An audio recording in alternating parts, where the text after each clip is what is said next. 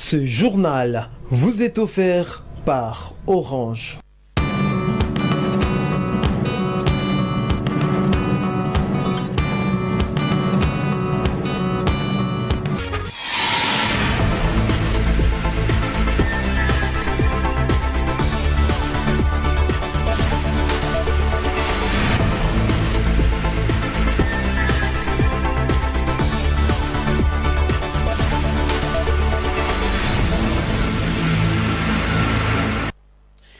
Bonne année, mesdames, mesdemoiselles et messieurs fidèles téléspectateurs. Bienvenue à ce tout premier numéro de cette édition du journal de l'année 2023. Les députés provinciaux élus dans la circonscription de Calémie-Ville, Papi MM, sous le nom sobriquet Bic Rouge, a communié samedi 31 décembre 2022. Réveillon de la Saint-Sylvestre avec les membres de plusieurs cellules de la Fondation Mayanga Mutouti Jules pour la paix et le développement FONPAD. 3 vaches, un lot important de riz, de haricots et la boisson constituent l'offre qu'il a faite à ses siens. Les festivités de fin d'année ne sont pas passées inaperçues pour l'honorable député provincial Papi MM et les représentants des différentes cellules de sa fondation dénommée FONPAD. Ce samedi 31 décembre 2022, réveillon de la Saint-Sylvestre, fête de Nouvel An, l'honorable Mayanga Mutouti Jules, alias dit Papi MM, élu dans la circonscription électorale de Calémie-Ville, a jugé utile de communier dans sa résidence avec le membre de sa fondation Mayanga Mutouti Jules pour la paix et le développement. Des chants scandés et cris de joie poussés à l'honneur de cet élu du peuple étaient au rendez-vous où Papi MM, appelé très affectueusement Bic Rouge, a offert 3 vaches, un important lot de haricots, du riz et de la boisson afin de permettre aux membres de sa base électorale de bien passer les festivités de fin d'année. Tout le long de la journée, Papi MM partageait les repas avec les siens. Il supervisait également la distribution de ce cadeau des Nouvel An. Cet homme qui parle peu mais agit beaucoup par des actions caritatives s'entretenait avec le membre de sa base autour de l'évolution de ces cellules parsemées sur toute la ville de Calémie. Naendelea kufurahi sana na kushukuru kwa kuitika wito wa mtoto wenu ambaye alimiita. Je suis très heureux aujourd'hui que vous ayez répondu à mon invitation. Moi, votre fils, vous m'aviez accordé le voix. J'ai voulu ce jour partager avec mes miens à l'occasion de la fête de Nouvel An. Ce geste n'est pas le premier, ni moins le dernier. Nous continuerons à nous entraider mutuellement.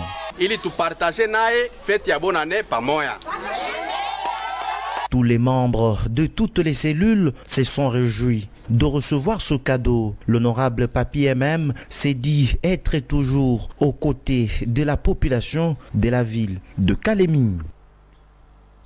Après avoir communié avec sa base électorale, l'honorable député provincial du Tanganyika, Papi MM, a fait un don de plus de 10 000 litres d'essence aux centaines de motocyclistes de la ville de Calémie.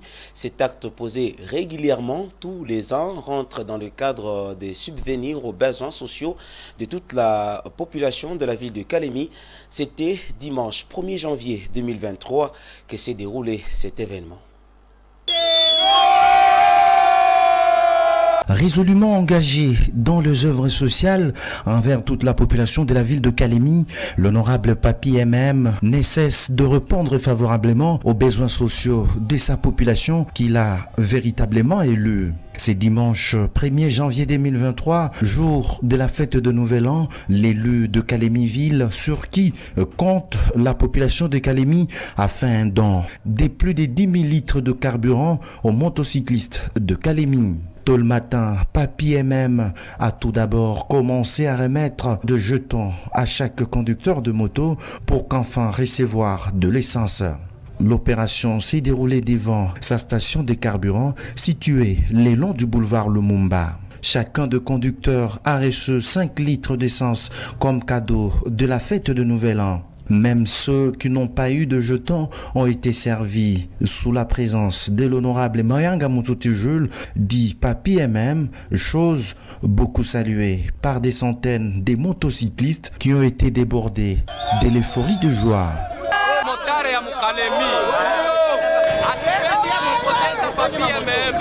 Je m'adresse à tous les motards de Kalemi.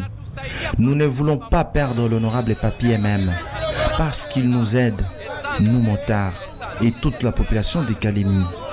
Il nous offre 5 litres d'essence et avec 5 litres, je puis trouver 60 000 francs, 70 000 francs ou 80 000 francs. Les enfants et ma femme vont bien manger et tous sont derrière Papi MM pour un autre mandat.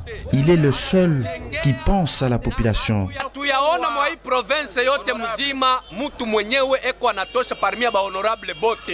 C'est feu, une ambiance tout à fait particulière vécue ces dimanches par le conducteur des motos. Cet acte est posé par l'honorable député provincial Papi MM, c'est fait habituellement toutes les années.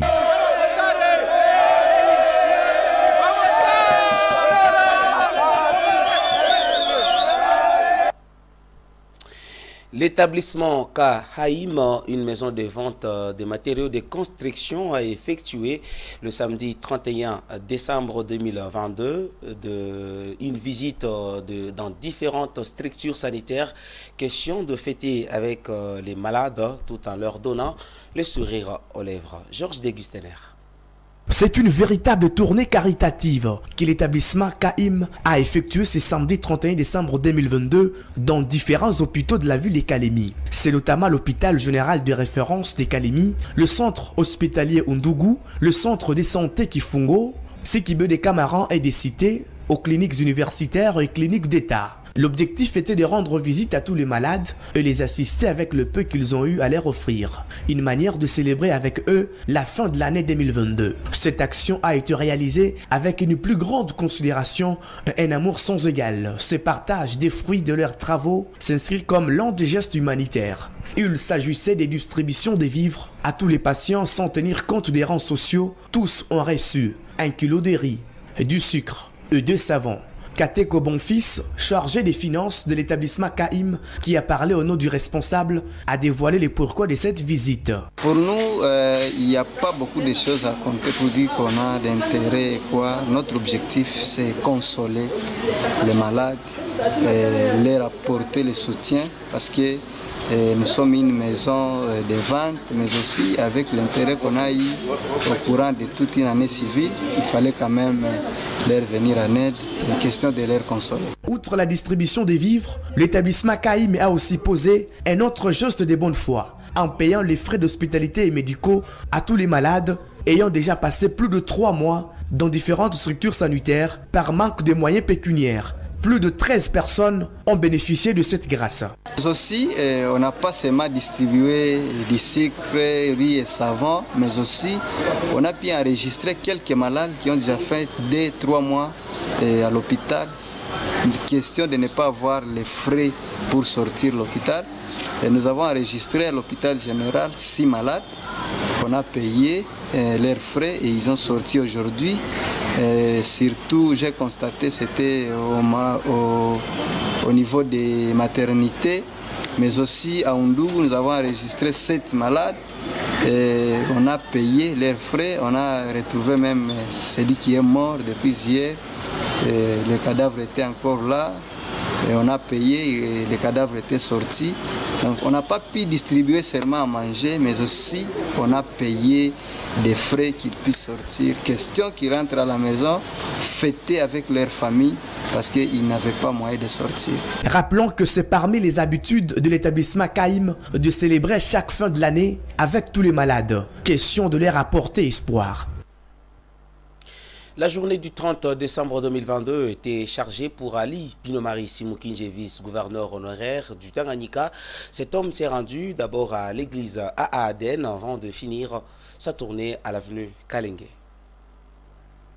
L'église, Assemblée des Aigles pour la délivrance des nations, à Aden en sigle, a reçu samedi dernier, 31 décembre 2022, la visite du vice-gouverneur honoraire et coordonnateur du Front commun pour les Congo, Ali Binomari Simoukinje, pour ainsi terminer cette année 2022 aux côtés du peuple des dieux. Très bien accueilli à son arrivée, Ali Binomari Simoukinje a d'abord remercié Dieu pour les souffles des vies et en a appelé l'église à la crainte des dieux. Après son discours, une prière fervente a été adressée en sa faveur par les corps pastoraux de l'Église Assemblée des Aigles pour la délivrance des nations. Toutes les ennemis soient maintenant sans effet. Au nom de Jésus, la parole déclare. En sport, c'est officiel, le championnat de l'entente urbaine de football de Kalemi, saison 2022-2023, va démarrer ce mercredi 4 janvier 2023 avec l'affiche FC Renaissance Kalemi Sport au stade JKK. Dieudonné Balanga Hardy.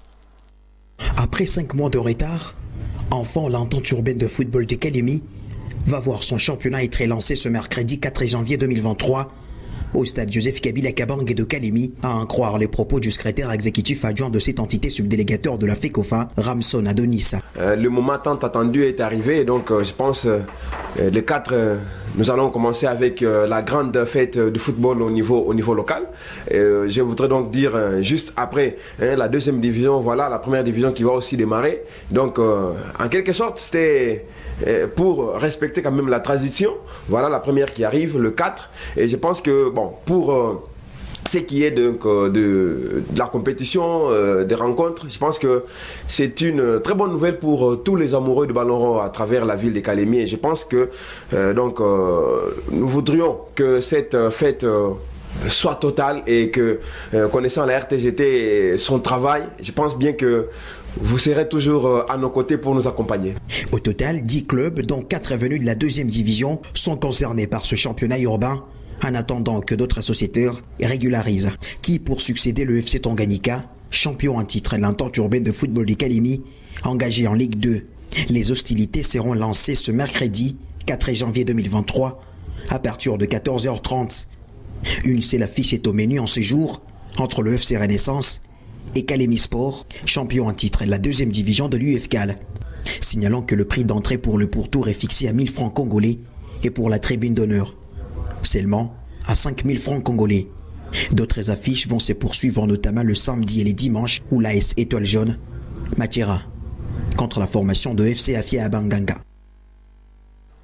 Des sujets ont intéressé les médias. The journaux parus ce lundi à Kinshasa ont fait leur une sur le processus électoral en RDC et l'hommage à Mamadou Ndala. Mesdames et messieurs, place à présent à la revue de presse.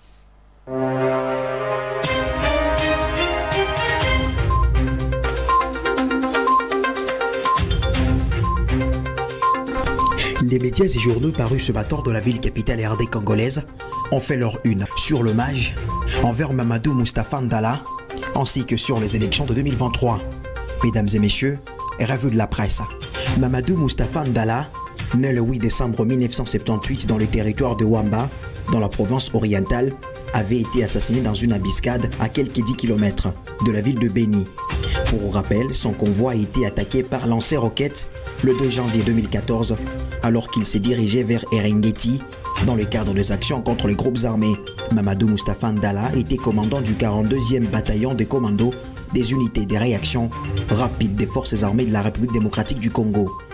Enterré le 6 janvier 2014, il a été élevé au grade de général des brigades avant d'être considéré comme le héros de la guerre contre les terroristes du M23. Mamadou Ndala est devenu célèbre suite à ses victoires sur les terroristes du M23 qui sévissent actuellement dans l'est de la RDC. 2 janvier 2014, 2 janvier 2023, 9 ans depuis le décès de ces héros de la guerre contre les terroristes du M23. Élection 2023.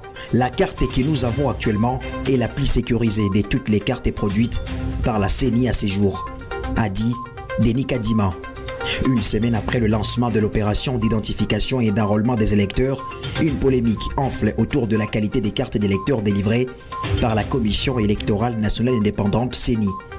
En plus de la mauvaise de ces cartes, la population déplore également de nombreux couacs techniques lors de cette opération qui précède le vote.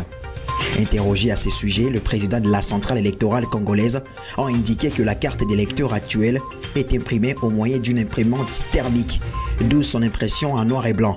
L'avantage avec cette impression par voie thermique est que l'on n'a pas besoin des cartouches des différents types de couleurs et ça permet de réduire les coûts. Nous sommes dans un contexte où nous sommes pour la mutualisation, nous allons laisser la carte d'identité se faire en couleur par l'ONIP, mais quant à la carte d'électeur qui devrait avoir une courte durée, nous ne voyons pas pourquoi il fallait imposer à la République un coût supplémentaire, a renseigné le président de la CENI. Denis Kadima a néanmoins rassuré que la carte en noir et blanc que délivre actuellement la Commission électorale nationale indépendante est la plus sécurisée de toutes les cartes produites par la centrale électorale à ce jour. Il est aussi à noter que la carte que nous avons actuellement, elle est la plus sécurisée de toutes les cartes produites par la CENI à ce jour. Alors que le code QR, que certains pensent qu'elle n'est pas lisible, c'est vrai qu'il est voulu ainsi, donc on utilise d'autres périphériques. On ne peut pas avoir toutes les informations contenues dans cette carte-là. On pourra voir seulement les informations lisibles, mais d'autres seules, la CENI est en mesure de les voir, a-t-il rassuré. Entre-temps, le président de la CENI a reconnu certaines failles dues notamment aux problèmes techniques, administratifs ainsi que sécuritaires depuis le lancement de l'opération d'identification couplée à l'enrôlement des électeurs depuis le 24 décembre 2022. C'est tout pour la revue de presse. Merci de l'avoir suivi. Tout le plaisir a été pour nous de vous présenter ce tout premier journal de l'année 2023. Meilleurs vœux. Restez pour la suite de nos programmes et suivez-nous encore sur la page YouTube RTGT Kalemi. À très bientôt.